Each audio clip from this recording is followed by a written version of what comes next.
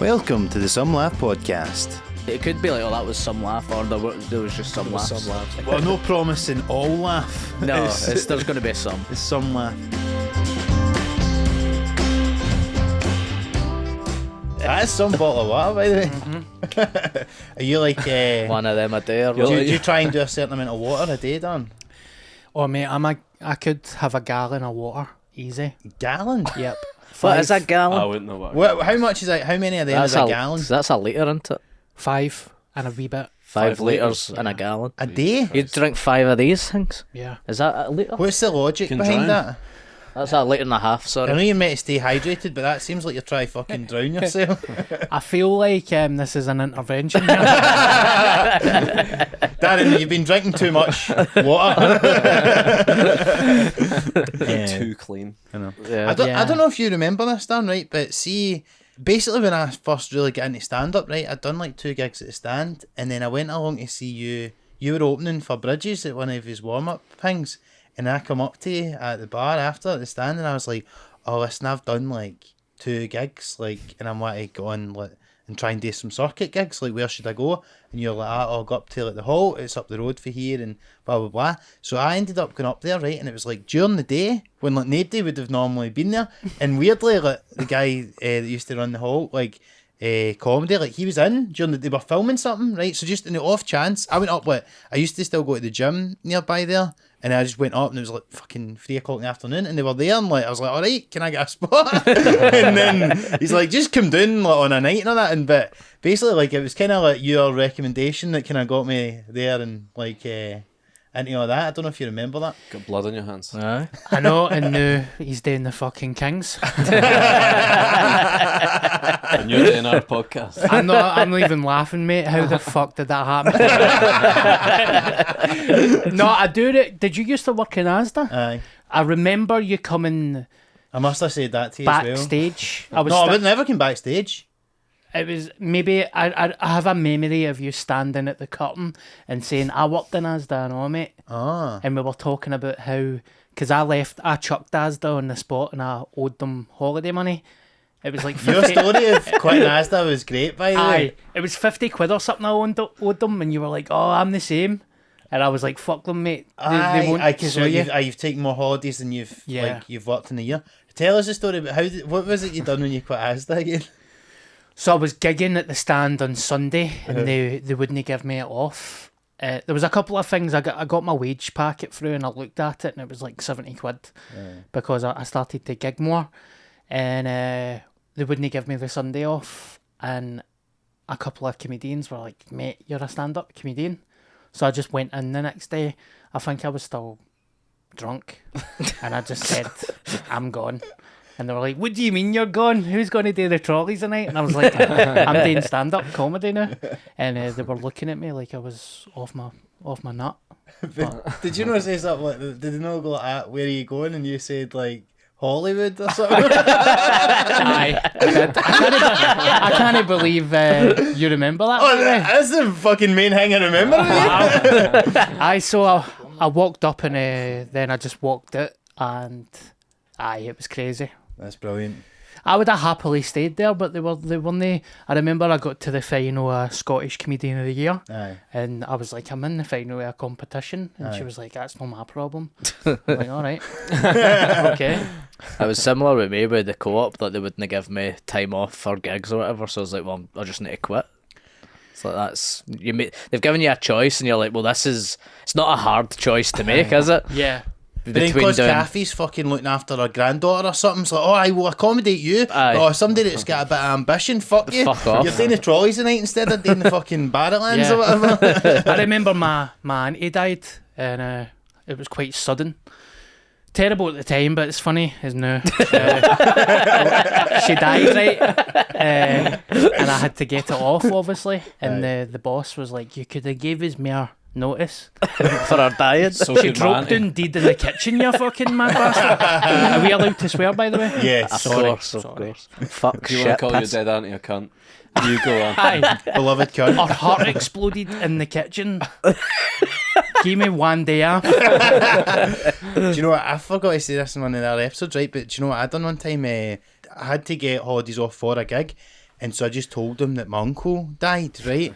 And then, and so to sort of seal the deal in terms of legitimacy, see the next time I came into work, like it was Black armband. starting at like 4 in the afternoon. So I came in wearing like a suit with like a black tie and all that, fuck's sake. and just pretended like the funeral had been that morning, and I just came in, and I'm like, who would ever possibly go to these lengths to lie? Surely I must be telling the truth, but it turned out I was just like, I don't know, I was in London or Fuck's something. sake. Wow. And you That's got away with it. hardcore. I got away with it, because I mean, again, they're not going to, they're not going Question to it. suspect a thing, you know. Right. And you could have like 20 uncles. Do you know what I mean? It's not like a ma or a da or whatever. It's like you can only use that card once. Yeah. You can use hundreds of 20 uncles. uncles and there's something genetic in the family. It means It's going to be every weekend. Good. Every weekend you've got a dead uncle. But cheers for coming on. So for the listeners, we've got Darren Connell on, very funny stand-up comedian, actor, ex-trolley boy, Podcaster.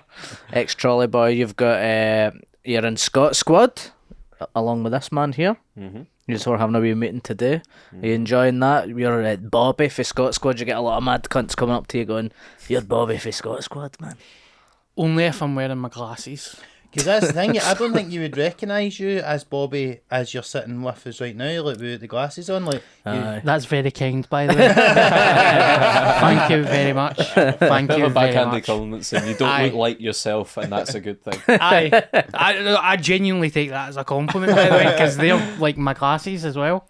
So is that the wolf tops that you wear and all that in it? Is that yours and all? Or are they part of the character? I would wear them in the house. They're very comfy. They're very, very comfy. But when I wear my glasses, I get spotted. But when I'm contact lenses, I don't get clocked. Aye. But they're all mad bastards. Mad bastards. Would you just get shouted at you, Officer Karen? Is that the main thing people shout, or? Officer Karen or Fridge. I get called that quite a lot. Just people shouting Fridge. Sorry, I don't mind. Aye, nice. It's nice in moderation, isn't it? When Aye. people appreciate your work, you know. Sometimes I get things like, "Oh, you're that boy for the police squad show. It used to be good, but it's shite now." It's really Stuart that should be taking that. I know, since you took over stuff. My gran calls it Cop Squad. Yeah. Cop It's actually Squad. quite simple too, pretty standard words, but you'd be amazed at every variation, right? Do you get questions for? Well, you're no Glaswegian, so I'd imagine your family are normal, but how much do you get paid for that? Do you get tax on that? Do you pay tax and stuff, aye? So see the still Game Boys, are they going to be in it? Do you feel quite self-conscious about that? Like when, like, cause obviously, like, as a hang into it, like when you're doing something like comedy, like, and like maybe nobody like in your family or your group of pals know anyone else who does anything like this. So then, like, they like, because I always see you tweeting about, like, questions. they always assume like you always know like Bobby the barman and you know these like people like, and is that the kind of shit you get? Aye, it does my nutting, mate. Like, I used to get things like, I was doing Saltcoats and I looked in a barber's and Grado was getting a haircut. So fuck. Or it's something like, who's that guy for the Taggart? Who's the Taggart boy? I seen him in Bath Street having a pint. I'm like, don't care, mate. Or you're in a taxi and it's like, do you know Michelle McManus? Like, no. I think before Scott Squad, because that's what maybe you're most well known for, but before that, Vines was a big thing, wasn't it? You were big on Vine. Mm-hmm. And I think that when was... I was a boy. Aye, I think that was the TikTok of its first day. time I'd seen... No, the first thing I'd seen of you was the Pickles sketch. Pickles? With Joe. Aye, with Joe. Aye, Hill, aye. on YouTube back in the Because day. you were a bit of an early doctor for the younger listeners. Vine was Vine was TikTok of basically a its time, precursor wasn't to TikTok, really, wasn't it? Yeah. Yeah, why did it go? I don't know. I don't know. It died a death though. I It died. remember it dying. Sudden, It was a dead. Sudden, it was like your auntie. Sudden death. Aye. Its heart exploded in a flat in Springburn. I'm naming them all off. Vine's gone. I need to- Vine was an alky and it smoked 60 fags a day. Aye, Vine really could have gave you more notice for sure, man. But how do you feel about like TikTok and that now? Because like it's almost like you were almost like ahead of your time a wee bit in terms of like doing all that and then that thing and then like basically another version of the thing that you were doing has came out. Obviously, you can do like longer videos and stuff because it was only about 7 seconds. on 7 Vine, was it? wasn't Aye, 7 seconds. back in the day? Which is a fucking mental amount of time It's crazy. Yeah. for sketches. But it would just be like wee snippets, wouldn't it? So you would do wee characters like 7 seconds. It was good, and I felt like it benefited me because it made me kind of get into facial expressions, and it was like get to the punchline straight away. Aye. So it did benefit me, but I realised that it was a dying app, and I also noticed that people were starting to know me from Vine rather than stand up. So at a couple of gigs, people in the crowd were like, "Oh, that's that guy for Vine." And I was like, I don't like that. Aye. I'd rather be known as a stand-up comedian. You're aye. So I chucked it, but I've started back a TikTok, and I've never ever put any of my stand up online. But I'm going to start clipping my stand up and put it online. But I'm not putting my jokes online. I'm just going to put up crowd work. Aye. Right. That's what I do that a lot because I film most of my gigs and like so I'll put up a lot of crowd work stuff. But because the thing is like basically if you just keep putting up all your material like you're going to burn all your material and then people come see you and then like I've heard this before. Yeah. So it's a hard thing because you like obviously the demands of social media is like you need to constantly be putting stuff out and so crowd work's a good one for that or even just like if it's like a topical joke that you know something that happened on Twitter yesterday and then you do a joke about it and then Aye. Or you know, pre-existing stuff like you could put clips of Bobby up for Scott Squad or whatever on your own TikTok, couldn't you? Yeah, I mean, I'm definitely getting into it more. But the first clip, I put a podcast clip up, and it got 100,000 views. Right. I'm like, wow, man, this is good. Vine was like that as well, and a lot of people through that I just posted on Vine. I'm not going to post any more videos. Add me on Facebook and Twitter. Aye. And I remember the first time I done a solo show, it sold out. And I think a lot of that was to do with Vine. Because of that. yeah. But I think that's the thing you need to do nowadays. You need to have an online presence or whatever if you're going to build up your own audience and stuff. mhm. And you've got your own audience because we've been to a few of your stand-up gigs before. I think it was a few years ago at the Glasgow Comedy Festival. You walked out to what was the mad music? It's like sort of big fucking It's not classical like, music. 2001 Aye. Space Odyssey or Oh, something. Or was it? aye. Aye, that Was that at Blackfriars? Aye, that's right. Yeah. Was it? I can't even It was remember. Blackfriars Basement, and in fact, I think you got up your standing ovation at the end. It was like one of the best. We were with CMB. He was greeting me laughter the whole way through. It's fucking I the remember- reaction, but man, fit because it's all these people who like your stuff and what you do and all that, and it was amazing to see, man. Aye. I remember that because I was pure buzzing that yous came, and yous were sitting there, and I was like, "Yous never paid. I hope yous didn't pay."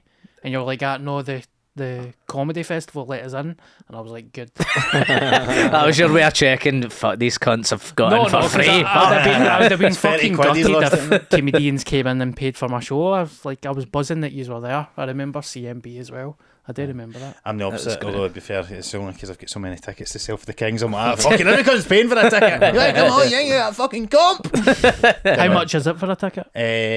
It's like $17.50 plus like a couple of Booking quid fee. that you can't get out of no adding on. Yeah. But I try to keep it as Very reasonable as I possibly could. It's looking good, but What we talking? An hour and a half, 2 hours? I don't know yet. We'll see. It's fucking like 5 months left, but it's going to be a lot of newer material basically. So Good. looking forward You to need free support acts. it. That's it. It's going to be some laugh live at the fucking Kings or something. Do you ever get that?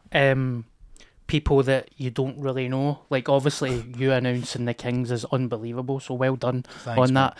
But see, when you announce something as major as that, Uh-huh. like maybe we did it with Scott Squad, you'll get like a third cousin message you. I think this is the first time really probably I want to say since I started, but to be honest, even when I started out, nobody was really that interested. But I think there'll be a lot of people there for like School and all that and aunties and shit that have never came. Aye. But 'Cause they'll it's now go, legitimate now. it seems more legit, so I'll go to this. Now that it's in a fucking stunning massive theatre, I'm Yeah. gonna show some interest. But that's the last time that I don't want them there now because it puts more. I'm already enough pressure As in it like a is. big room without worrying. But I do obviously, come along by the way if you are those people because I don't need to sell tickets. Yeah. But no, it's an interesting one though because how do you feel like when you've got like mates and family and all that in? I said this recently on my podcast.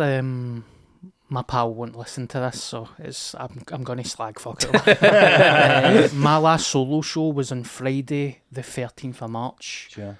and it was called Abandon All Hope, and it was 4 days before the lockdown. And I was like, the 13th of March, Friday, that won't be... Nothing bad will happen. And my mates turned up, sat in the front row, steaming, and they heckled through the whole fucking show, man. Fuck's And I sake. would say that he ruined the show. And since then, I'm like, don't come. I don't want you to be at my gigs. My mum and my dad have never been, but they're quite old and stuff, so I understand. I totally understand. But I've got a supportive brother that comes to all my gigs with my sister-in-law. I've got 2 other brothers that are fucking dickheads, so they don't but like, I have noticed, like, if friends do come, it's because they enjoy the show. Aye. It's not because I've had some people that I grew up with that are like, no, we actually enjoy your comedy. We're coming to see the show. We're not coming just because it's you. Yeah. Yeah. That's Fair what enough. you want. That's not And that's what you want. Aye. so And Is you're it- touring at the minute. Yes, I'm doing a tour right now. It's called Thank You for Being My Friend. It's my Such a funny Despite the title. fact you've just said, I don't want my friends. Aye. It's weird enough because I was slagging my mate on my podcast the other night and he phoned us and I was like, all right, mate, how you doing? But deep inside, I'm like, fucking, how come his heart can't explode in my Life would be a lot simpler if everybody you didn't like their heart could just explode instantly. Do you ever feel like that as well though? Like, because stand-up's different because it's you can kind of bend the truth in that. But I feel like on a podcast, these are kind of true things that we're saying in that. And now that I'm saying these things, there's been people for school and all that coming up to me and going, or like not coming up to me, but messaging me going, "Oh, remember that thing you were talking about?" And I feel like there's this mad pressure now.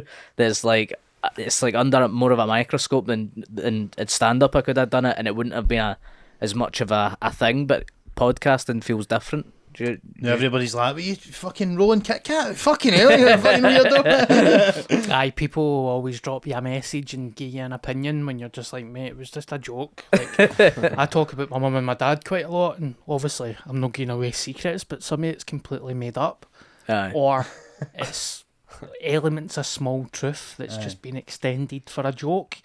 So people will Artistic be license. like, aye. So people will be like, oh, I never knew your mom was like that, but I'm like, mate, it's no real. Yeah. I hate getting real lifed. Yeah. I hate when people bring up shit from the stage or from this. I quite like it.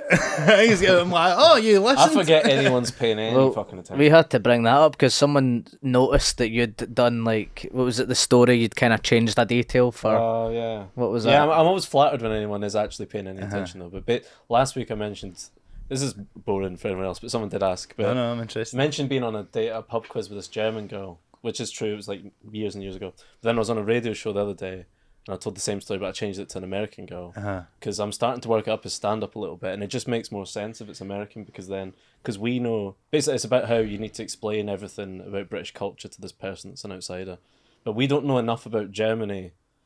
I don't know anything about German culture, but I know enough about American stuff, so I can then play off our Contrast that. expectations. Yeah. And also I think just doing like an American accent is more. Doing a German accent kind of takes you out the bit a bit more, and it's like, why is he doing a German accent? It's a bit weird. But It's quite a hard accent to do as well. and I can't do it. Yeah. Let's hear your best German accent. No, no, way. 9. Yeah, 9. I like that explanation, but what I like to think though is actually what's happened is Stuart has recently taken both a German and an American lassie to a pub Same- quiz, and then same one quiz. of them have sent us that question going, I thought it was a German This lassie. German bitch.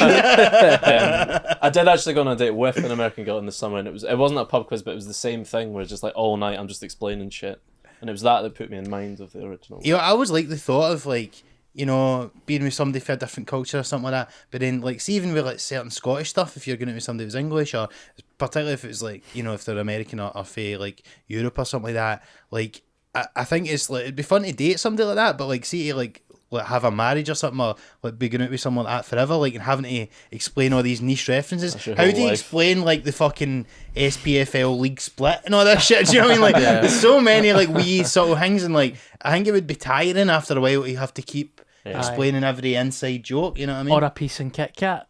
Piece and Kit Kat. Even the word piece though, like you would need to go Aye. and explain that if they were English or something like that. Yeah. So I feel I just feel like Alan Partridge like going out with fucking Sonia or whatever, and like she just doesn't understand like what's going on. But Yeah, because that's like what you're saying. So the German girl, that is the real story. So on here, I would tell it like that. Yeah. 'Cause to me, this is just like, this isn't comedy. This is just hanging out. So it's just talking shit. It's a good example of the thing. We wouldn't even stand-up go to the change. effort to make it up, but we just Yeah. Remember, for a couple of years, I thought you weren't Scottish. I don't remember this. Where did Jen comes from? Not Scotland, anyway. I was like, he's very well spoken somewhere in maybe England. Right. Glaswegians really struggle with my voice sometimes. Yeah. I think that there is that thing like if you no get the kind of Glasgow accent or something, you know, like sometimes like you won't, you know, Glaswegians think Scotland is Glasgow, I suppose. Aye. So I'm like that quite often though. There's a comedian called, I think her name's Amelia Baylor. Yep. Is it Baylor? she's definitely English, by the way. Yeah, She's not Scottish. Honest to God, right? See, for about 4 years, I thought she was like Scandinavian, Swedish, She's just blonde. aye, Swedish or Denmark. And I think I said to her, I was like, "Whereabouts in Sweden do you come from?" And she was just like, "What?" I was like, "Are you no Swedish?" Because I was like saying to people in green rooms, like, "Who's the Swedish bird that does comedy?" And everybody was like, "What?" So he's like, "I stay in a fucking island up the top of Scotland." I was like, "All right, I think I've got something wrong with my brain, man. I'm very sorry." So mind I'm not going to name him, but there's a guy who's got an English accent who Yeah. does comedy, and you bumped into him or whatever, and you're like, No, I was doing a gig with him and like he's just got a completely English accent and what like I was just one day I was like, where are you actually from? And he's like, Glasgow. And I was like, what? Are you? How? And then, I don't know, you get people that Who's that? talk like that. Gabe. Okay, that was Just- going to be my guess. Because he just wears a top hat and shit. Yeah. Okay. No, he does kind of sound English though. He is? Well, I know he's not, but... There was a guy that went to my school who just randomly spoke in like an American accent and we all thought he was Canadian, but he just was fake Clydebank, but he just like I think it was like autism or whatever it is that make people do that, but obviously at the time nobody, like, we didn't really know anything about that, so everybody just like, don't know, he just talks like that and Poke him with a stick. yeah, pretty much it was kind of like that, but I think it just because he grew up watching cartoons and developed his accent that way. It's Wow. interesting. Did you think that's what happened That's to what Stu? I did to English cartoons. Maybe It's that's the animated Mr. my- Bean series. autism. So here's the thing, Dan. So obviously you've done a lot of acting through Scott Squad. Obviously you've done panto as well. Yes. How do you find acting compared to stand up? What do you prefer? It's weird because I don't think Scott Squad. I think Scott Squad in the acting world is different It's improvised. from It's not normal. acting, is it? Yeah, from normal acting. I really enjoy Scott Squad. It's changed my life. It's what made me self-employed. But, you know, it's like what you said about that Blackfriars gig. Nothing can... That Beat is the the live. ultimate feeling, Aye. you know, of when stand-up works and everything clicks into place. It's the ultimate kind of buzz. Yeah. But I do love acting. I'd love to do more acting. I was in something called Trust Me with Jodie Whittaker. All right, aye. I know she's Doctor Who, but she was a doctor in this. And we, She had the doctor the name in this. Aye. Maybe it's just because we're writing at the minute, but I was just picturing Bobby saying that, being confused because an actress is in two different things. At the same time. she's a doctor in both. I played a Bobby nurse. was all like confused that there's just a woman doctor. But that was good as well. I played a nurse that was like investigating. He was like a whistleblower. Had to grow a beard, and You that were was deep pretty throat. cool. Was that? You were deep throat, Was that? what, a whistleblower, like now in Watergate. That was the name of the guy that All right, okay. blew the whistle. I'm not smart enough to get that. No. As soon as you said deep throat there, It's like, this is a Blacked porn out. It's an reference here. unfortunate thing to fall on deaf ears. Darren's like you looked at me there as though I'd found your fucking OnlyFans. you looking at my phone history, man. So is I that... feel like I get caught. And how is panto then? Panto's amazing. It's a different. I think a lot of stand-up comedians in Scotland kind of look at what the fuck is happening to me. Am I having a stroke? Help me, phone an ambulance. I think a lot of comedians look down on it, and I think I was one of those people as well. Right. Like when I get offered it, I was like, oh, I don't really want to do this, and I want to be a pure stand-up comedian. But when I did it, there was a couple of things that I realised it's really rewarding Like, there's a lot of people that are working class that get free tickets because they can't afford it. Yeah. And that was me when I was younger. But I never had the beauty of getting, like, free tickets.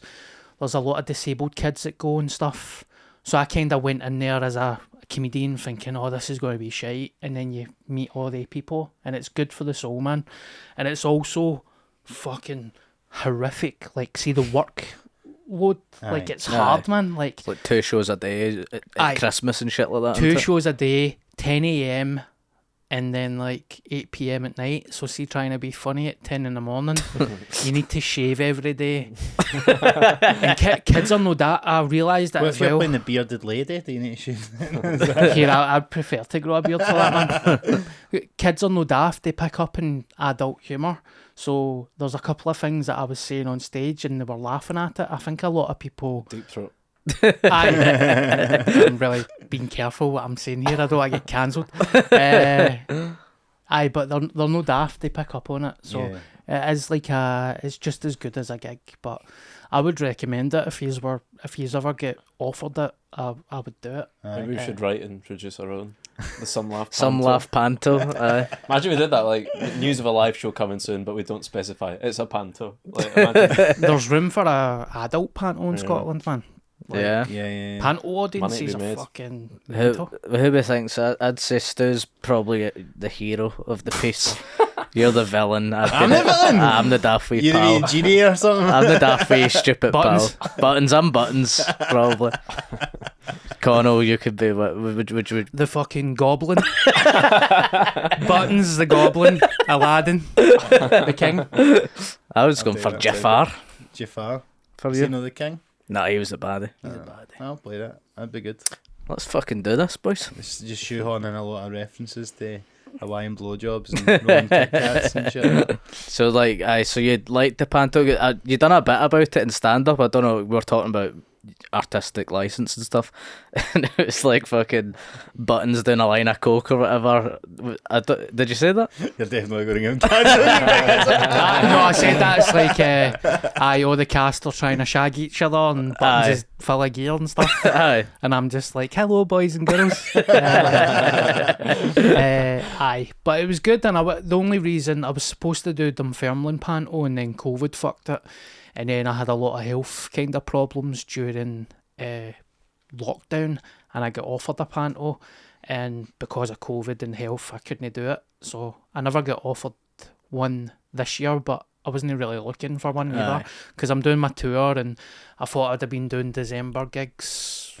Yeah. How do you did somebody come to you and go, we want you to be in the panto, or do you have to go looking for it? Have you got an agent or what? I had an agent at the time, but there was a guy called Robert C. Kelly. He's done pantos for years, and he runs, I don't know if you've, in fact, The Dolls with Gail. Yeah. He's the producer of The Dolls.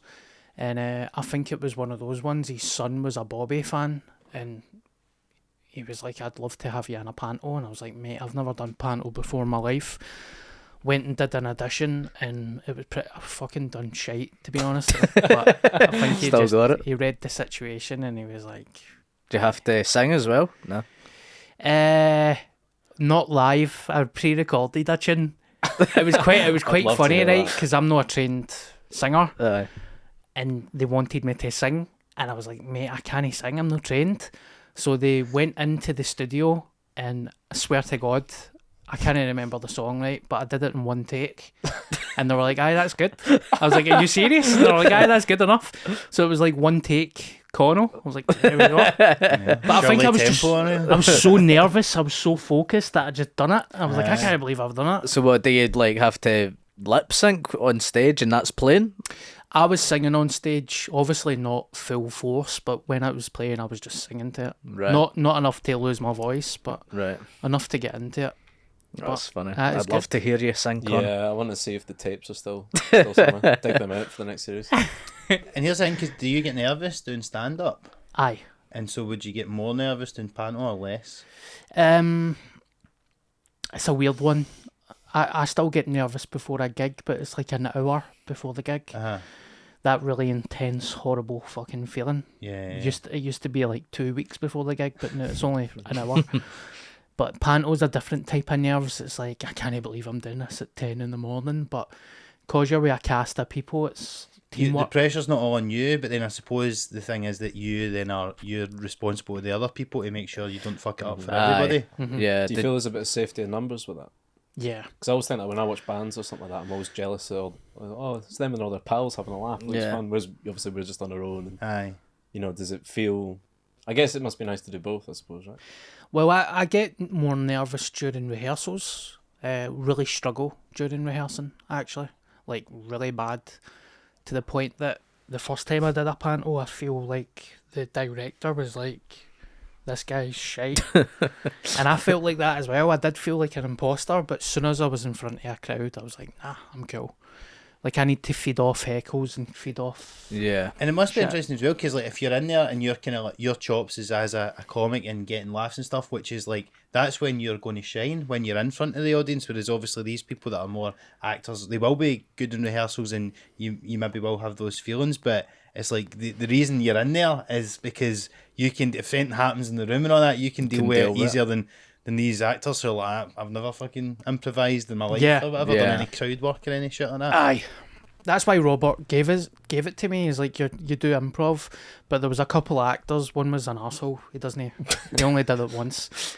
But he was like, why are you improving? We need to stick to a script. I'm like, mate, we're doing a panto in Dundee. Fuck off. It's not Hamlet, darling. Aye. Yeah, I get it, mate.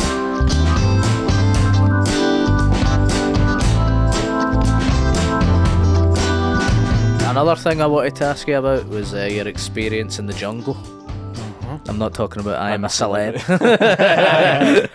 Yet. Kid back in the 90s. Know what I mean, mate? So you went to, where did you go? I went to Peru Right. and the Visit your The uncle. Amazon rainforest.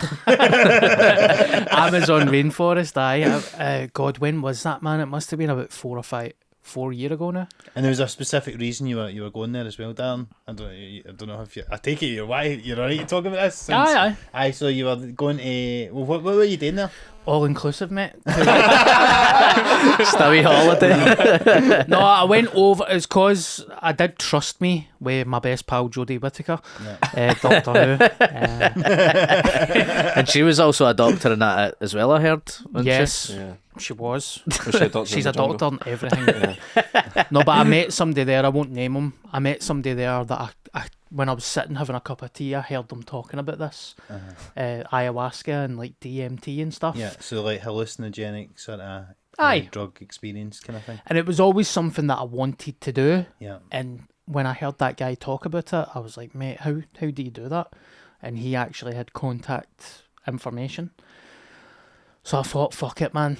It's now or never. I'm very much living in a wee bubble in Glasgow. I don't really like travelling. And I looked at that as like completely something that's against the grain of what I would do. Yeah. So I thought, go over. It was for 3 weeks. Take ayahuasca. You know, basically lived in a fucking mud hut. It was a hut. It had a roof. Made of mud.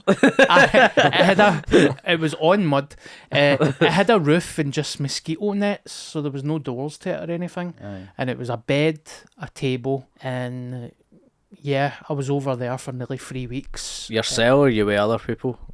I knew a guy that was there that was Scottish, and someone booked with me that wasn't that much of a friend, but it was. And there was 3 years, and then there was a group of people. That Yeah, were there was like together. 13 years there. Right. All French people, Spanish.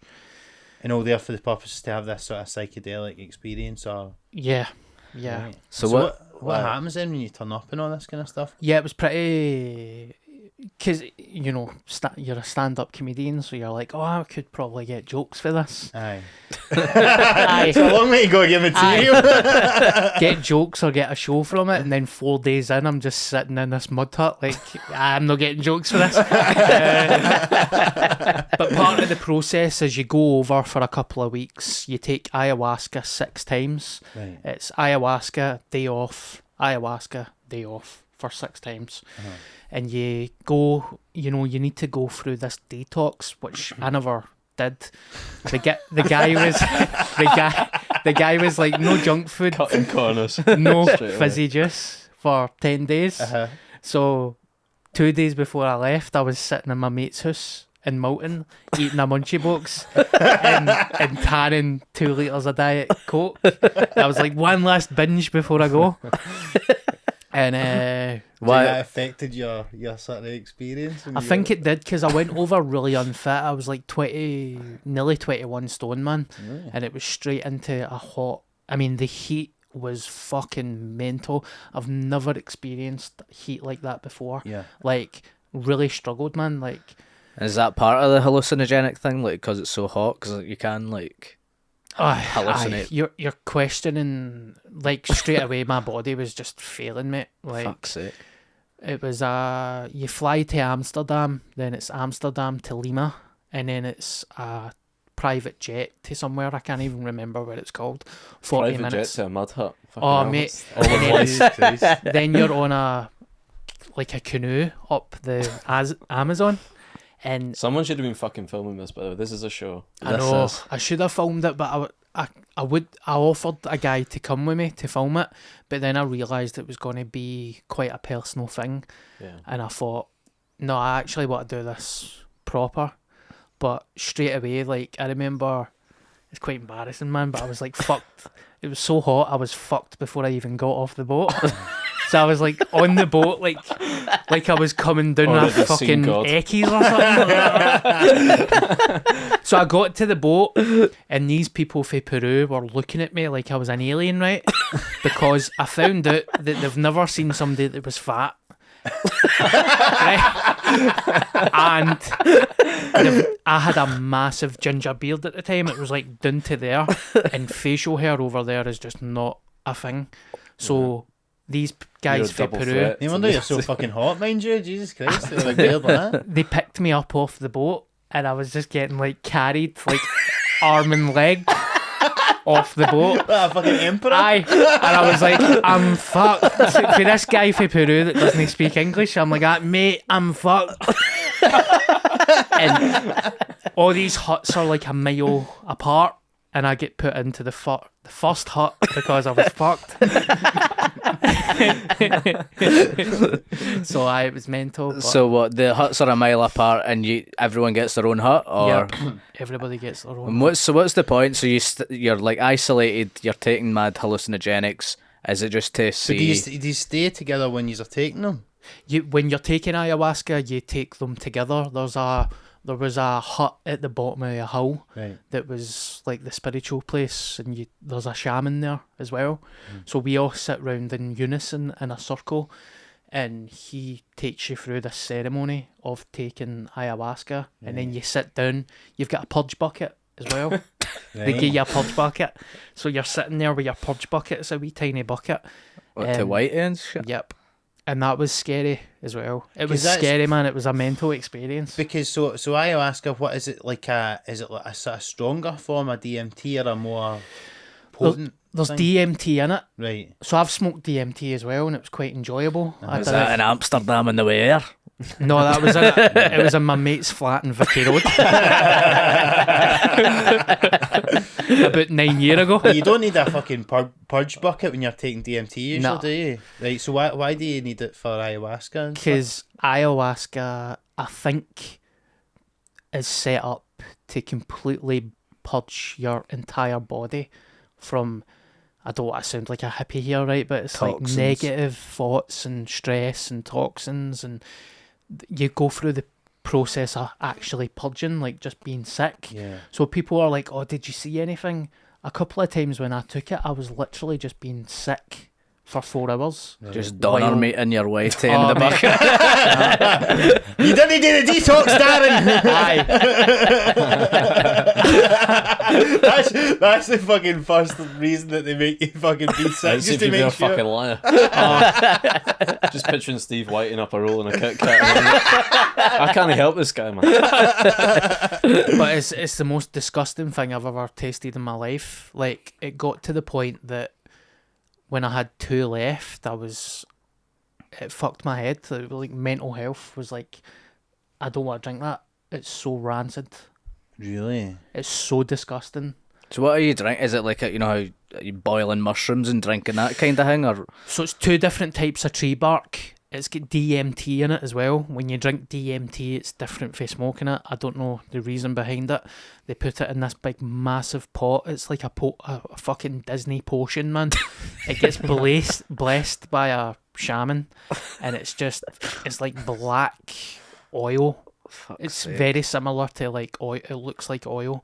And as soon as you drink it, you just instantly go.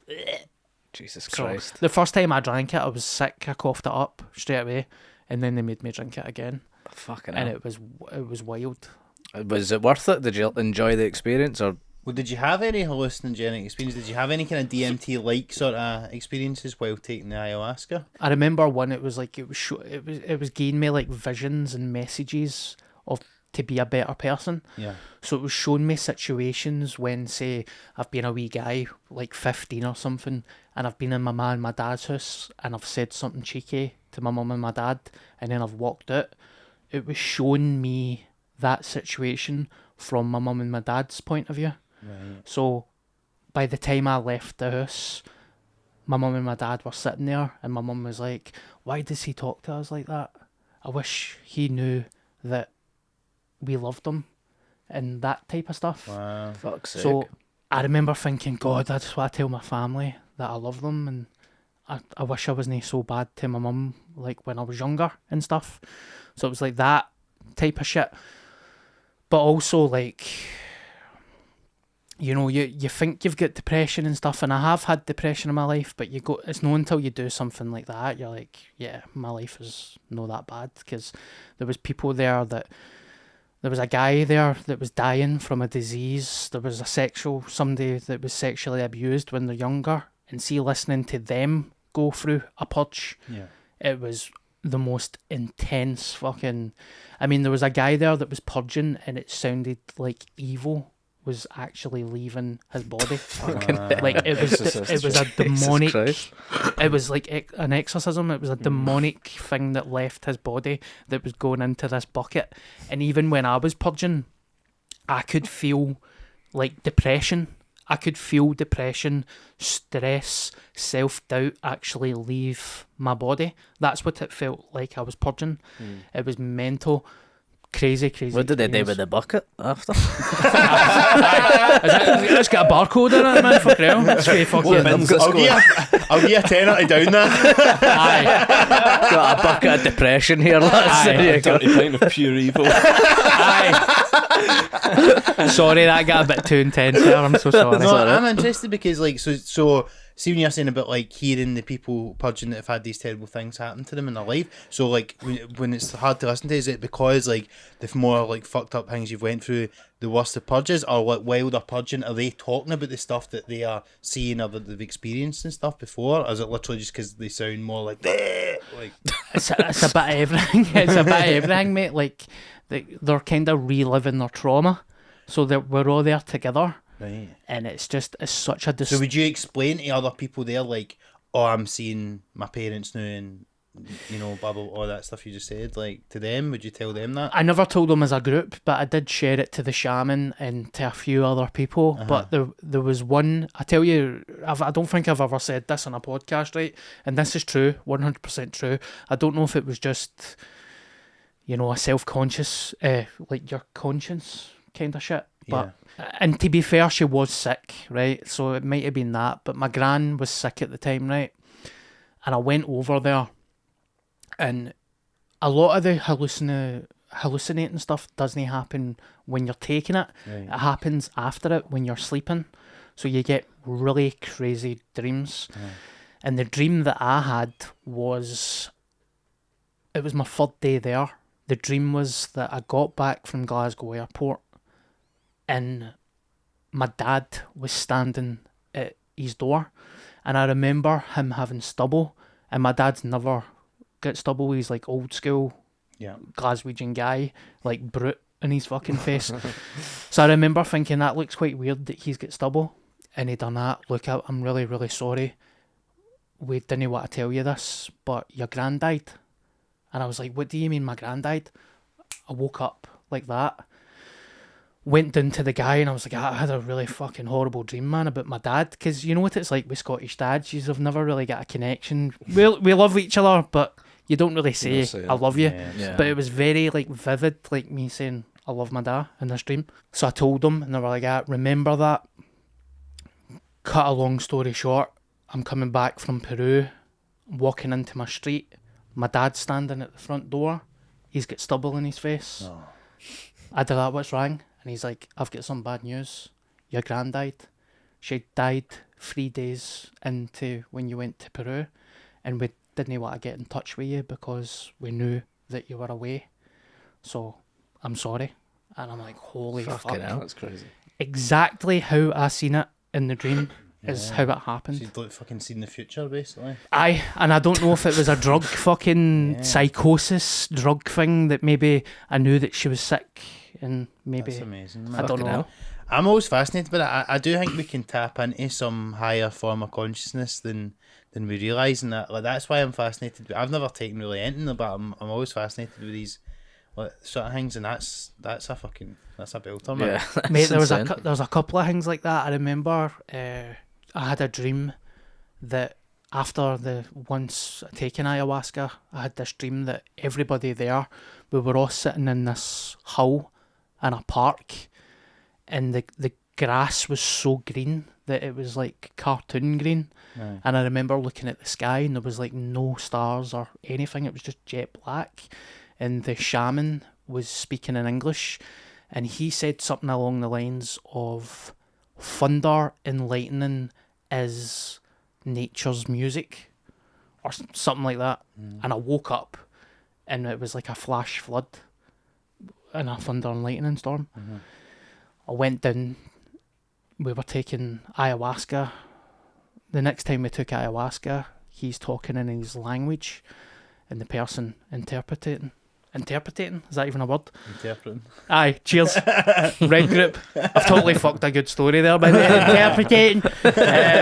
He said in his language, it can be scary in the jungle sometimes. Thunder and lightning is nature's music. And when he said that, I was like, who the fuck told him that?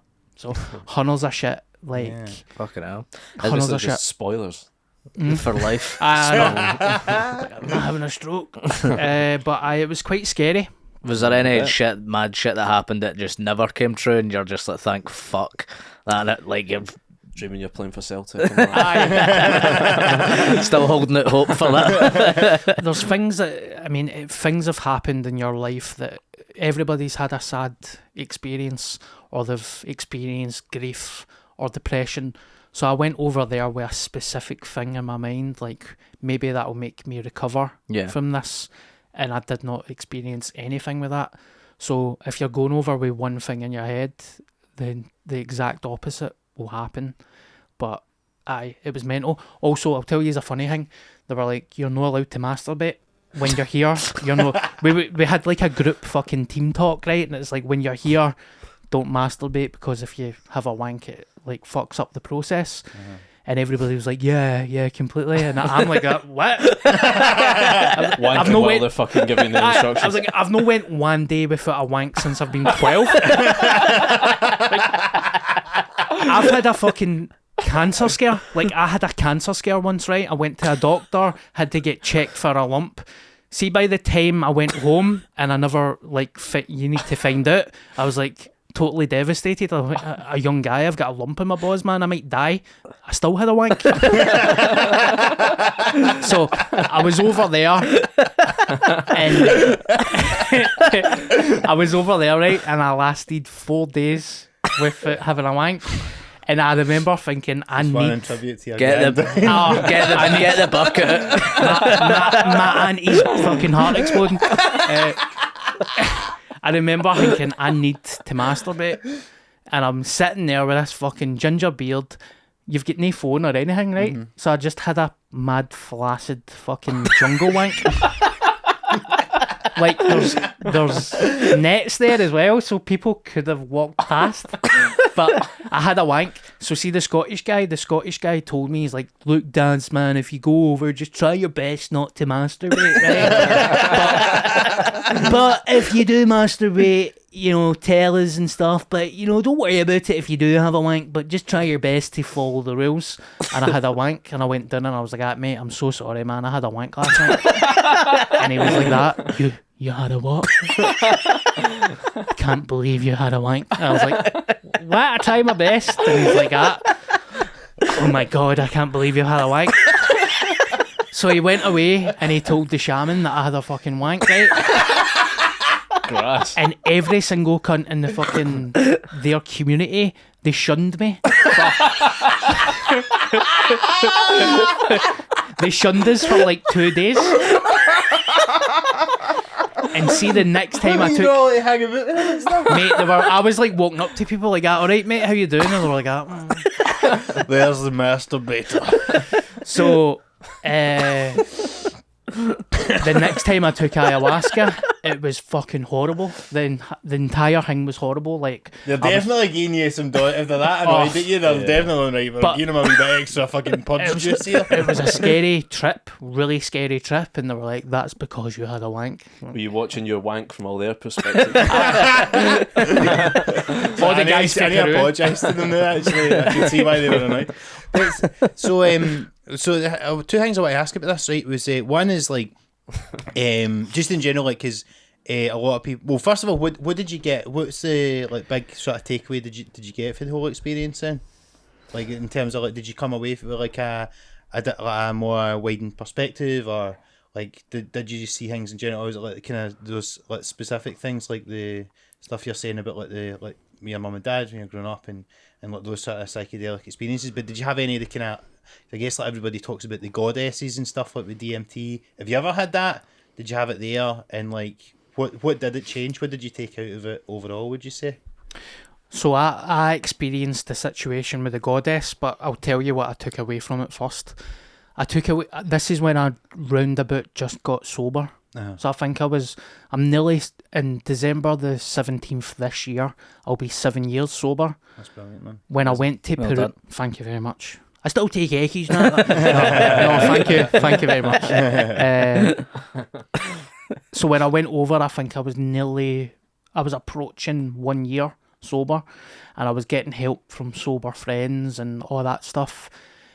And the people that were sober in my life, I was like, "Yous are all fannies, man. I don't know if sober life is for me." Yeah. So I went over there thinking about taking drugs and drinking alcohol again, because I was like, I'm only 28 years old, I'm a young guy, I'm not an alcoholic, because I'm like looking at other people and I'm like, I'm not as bad as that, so I can't be an alcoholic. Yeah. So the thing that I took away from it, I got a lot of visions and I got a lot of dreams, and it was showing me things like me 30-40 years from now, and it was showing me like a really sad, old, unhealthy guy that was just abusing his body with drugs and alcohol, and I just looked grey and depressed, and it was showing me that. It was like, you've got two paths. If you go down this path, this is you in 30 years. And then it was showing me another path, like being like happy, healthy. The colours were like really bright. So the bad trip was like black and white, and then my happier life was just like technicolor happiness. And Well. it was like, go towards the technicolor. Yeah. So I went there with an ungrateful feeling towards being sober, Yeah. and I walked away with a gratitude towards it that You've seen what it will kind of lead to. and it's never left me. Yeah. And the urge to kind of drink or take drugs has never been there now. It's completely gone. That's And it was like, you need to look at, because you know me, like sometimes you see me and I'm like 24 stone, and then other times I'm like 11 stone. Yeah. You're like, what the Even fuck? I sometimes see your tweets and it's like you'll be like making a smoothie or something healthy or whatever, and then it's like, I've just tanned a munchie box. So there's like nay in between. Yeah. So- But I relate to that because I've got my own version of that. Like we've been up and down with food and things Yeah. like that. Yeah. Yeah. And it was showing me that. It was like, you need to be kinder to yourself, because I'd like to think I've changed now, but a lot of my jokes were like, oh, I'll never have a girlfriend, you're a fat ugly bastard, which was a joke, But then it became Self-fulfilling prophecy. I started to believe it. Yeah. And then people were like, mate, that's no funny. There's a viciousness to that. It's like self-hatred. Yeah. So I feel like that changed that as well. Great, So I became a lot kinder to myself.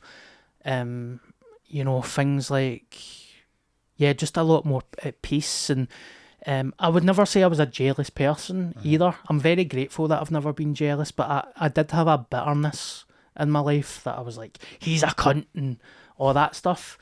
That's never returned. Right. So I'm able to like look at other comedians that are doing well, and I would never think, how come they're getting that and I'm not getting that? Yeah.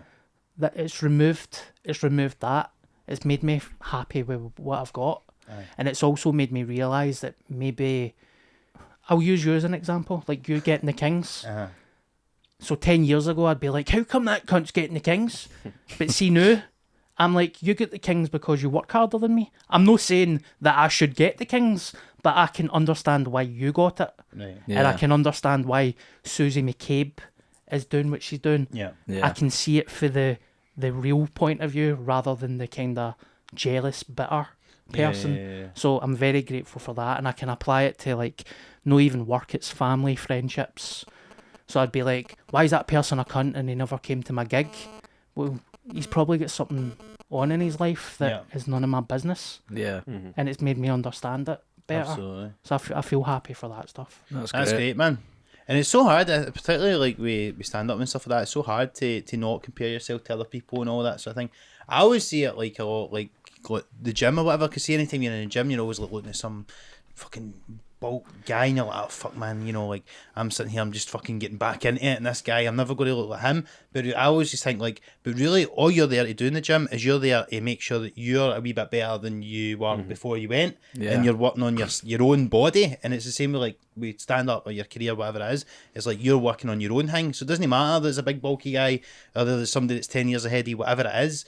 Somebody that's not been going as long but fucking whatever. But like all you're doing is improving on yourself, and that's the only way that you'll get better is to do that. And but it's hard to get that perspective, and so that's great that you got that out of it, man. Yeah, it was really nice. I mean, even the first time, I mean, I used to have a thing where, I don't know if you notice it, probably can't notice it now because of like, I'm older now, but when I was younger, when I was a kid, I fell off a bike and my tooth went through my top lip, and for a large period of my life, my lip was fucked. Like, and a lot of people used to tease me about it in school and stuff, and it gave us a proper complex. Yeah. And I've got a birthmark on my finger as well. So for years, I was like, I've got this fucking gummy sloth lip and this weird birthmark.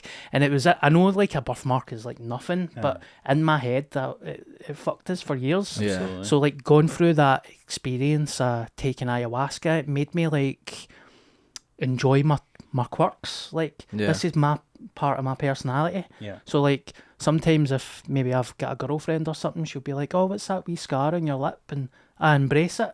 And same with that, I went through like looking at NHS therapy, like surgery and stuff. I'm like, fuck it, it's only a birthmark. Who cares? Like everybody's got their own wee thing in life, you know what I mean? Absolutely. It's such a positive experience for me. Yeah, definitely. Yeah, it's great. It was, and see the first time, I mean, I feel like I'm probably sharing too much on this, right? But when I was younger, the Glasgow culture is everybody was mad for eckies, right? And when I was a young guy, 16 to maybe 21, I took a lot of drugs. And I can't believe I'm fucking sharing this. No wonder I can't get a panto. But I remember once I went to a house party and I was there with very close friends, and I took a dangerous amount of ecstasy tablets to the point that I could have went badly. I took something stupid like fucking 18 eckies or something. Right? It was really, that'll do it. It was really stupid. I remember taking one and I just woke up and my face was completely fucking sunburnt, and I had all these lumps all over my face and my neck, and it was when I was younger. You used to have a wank. Right into the mirror. My pal had an empty for 2 weeks. I had to because I was too scared to go to the hospital. Because see, when you're that young, you think you don't want to get caught. The police are going to get fucking hold or something. So I had to basically lie in my mate's house for 4 days and I went through this fucking train spotting like detox, like hallucinating, coming off dead drugs. babies and all I've that. shared too much in it. No, this is great, fascinating. So I'll get to the point. When I took DMT, Yeah. DMT is a kinder drug, and I would recommend that to people. I wouldn't recommend ayahuasca because it changes your entire reality. Right. But Despite DMT, all the positive epiphanies, you still wouldn't. I don't regret it. But if you want to take it, you need to research it. It is not fun. It's like, it's nothing like, oh, you know, you take a wee line and you have a laugh at a party and you regret it because you've got to come down the next day. This, or see Just when you... imagining someone in a gaff on ayahuasca. What the fuck's he on? Just spewing blood. you might Brought his line own punch ayahuasca. or see if you maybe take acid or you take too many eckies, you can think this will pass. This experience will pass. Like, I'll be fucked for 10 hours, but I'll get at the other side. See, when you take ayahuasca, you're gone. Like, I forgot what my sex was. I forgot that it felt like my soul left my vessel, body. Totally lose track of time. You don't know where you are. You think you're in another universe. It is a fucking... I can understand why people lose their mind. But, similar to how you described the panto earlier. a Dundee panto, man, you get some done off it. But the first time I took DMT, after that, I got a vision or a message, and it was stop taking ecstasy. And I was a vegetarian at the time. Yeah. And it was be a better vegetarian. And see, since my first time I took DMT, I've never took a eckie since. No. Did have a big tasty last night though. Yeah, two double cheeseburgers.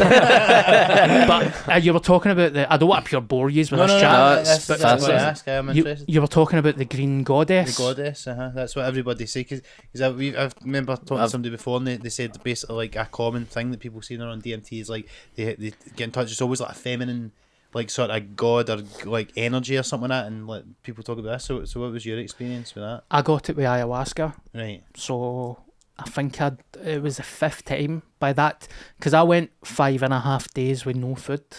It was so hot. There was food provided for you, but it was so hot I couldn't eat. And yet you had a wank after 3. Is that how you actually wank? You've done that? Is that not the way you're supposed to wank? I'll pull that face enough. For the listeners, he's doing a double-hander. And it's a long backwards bow, double-hander. a backwards double-hander. And pulling the chin down as well.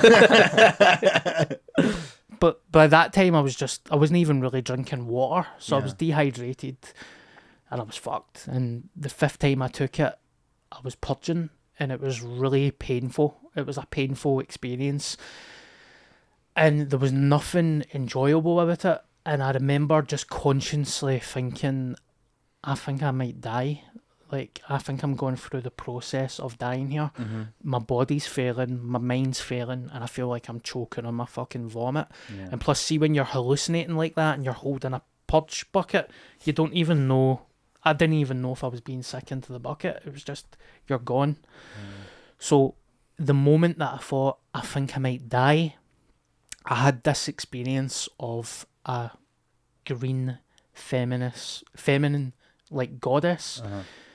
And I felt to the point that I thought it was the shaman at first, standing beside me, because it looked like a shaman, but it was a female. That the real shaman was a guy, and I remember like putting my hand out to like touch her, and there was nothing there, and I was saying like, "Fuck, only having a wine."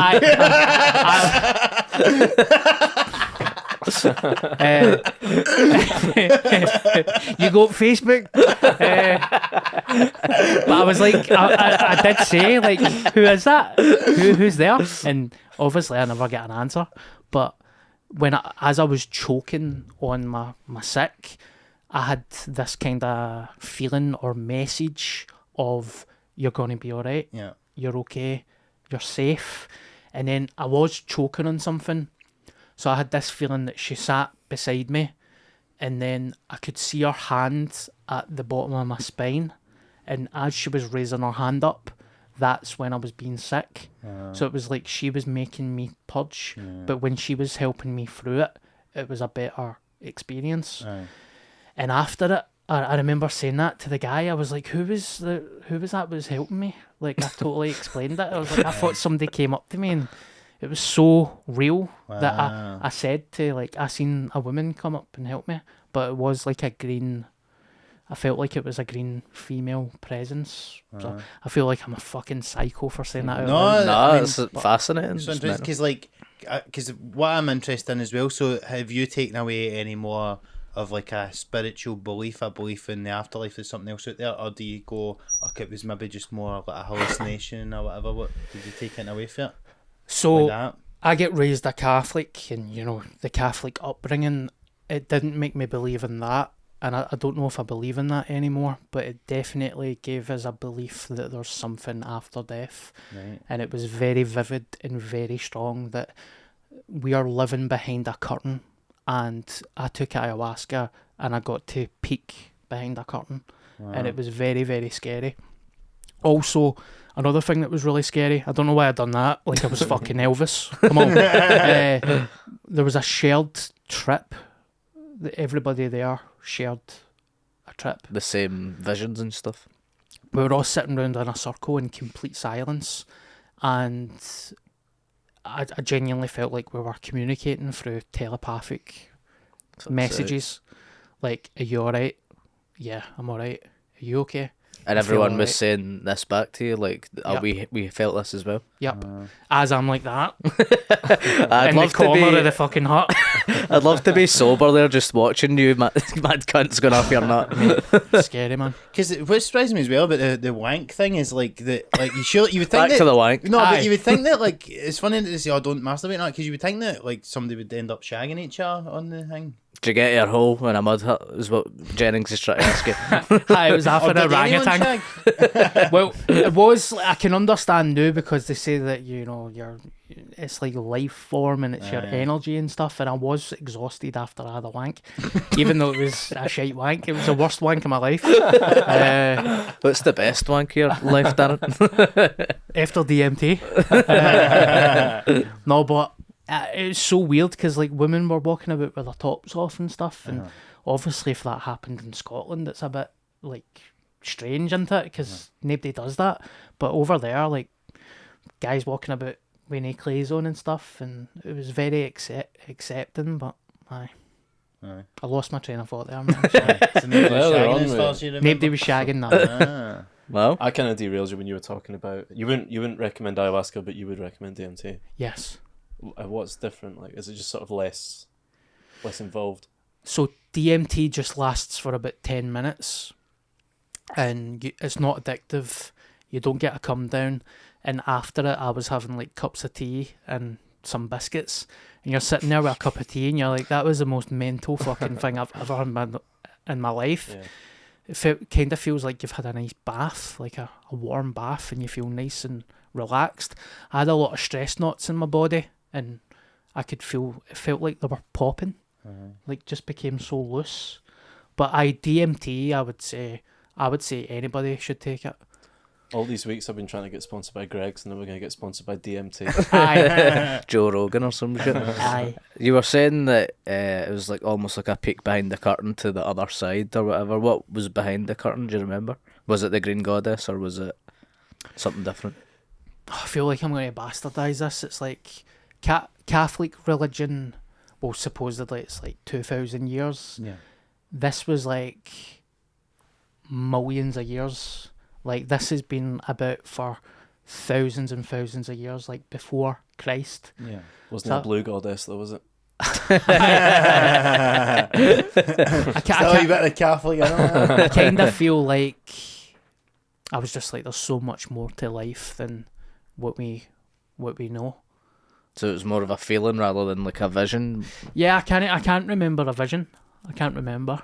Maybe there was, but They just I felt remember. like taking away something and you just kind of know. It definitely took away the fear of death Right. for me. I mean, I'm not like obviously I don't want to die, but it's kind of took away that unknown. I'm Yeah. like, I think I'm going to go somewhere when I die. I Right. just don't know where.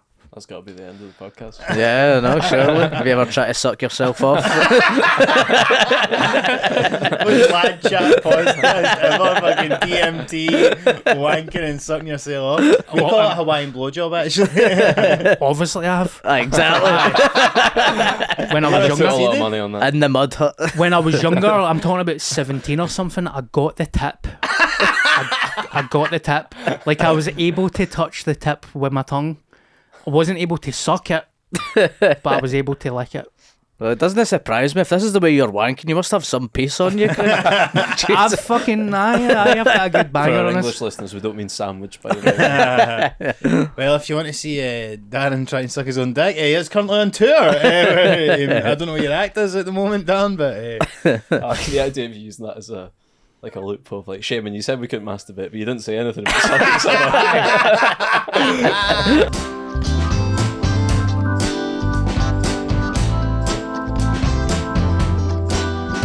that'll be cover it. Just before we go, Dan, so obviously you're on tour at the moment, so where can people find tickets, and when are you going to be in Glasgow? I'm in Glasgow at the Oran on November. Off the top of my head, I think it's the 26th. Yeah, I think I looked at it the 26th Yeah. November, so tickets available. It will be on the Oran website or see tickets. It's nearly sold out. I don't want to get into it too much, but I had a dodgy promoter at the start. Sure. We've saved it by getting professionals in. Great. And there's no posters up in Oran. There's been no social networking from their side. And I've nearly sold it out through me doing it myself. So Brilliant. I'm Brilliant. pretty Class, happy with great. that. Well, Dan, like, you're one of the comics. You're very much a comics comic. Like, you're one of the guys that whenever you're on the bill, like, everybody will get and watch you, like, all the other acts. Like, Aye. If you've never seen Darren stand up, you really owe it to yourself, because Aye. it's fucking Thank funny. you. Need to just see it definitely go live. along and check him out, and obviously all your other dates for. Where else are you playing? I'm doing Aberdeen Comedy Festival, Dundee, Yep. Edinburgh, and then we're finished in Glasgow. Excellent. That's good Brilliant. stuff. And then else to plug, obviously your own podcast as well, Dan. What is it called? Straight White Whale. Straight White Whale. It's a great name.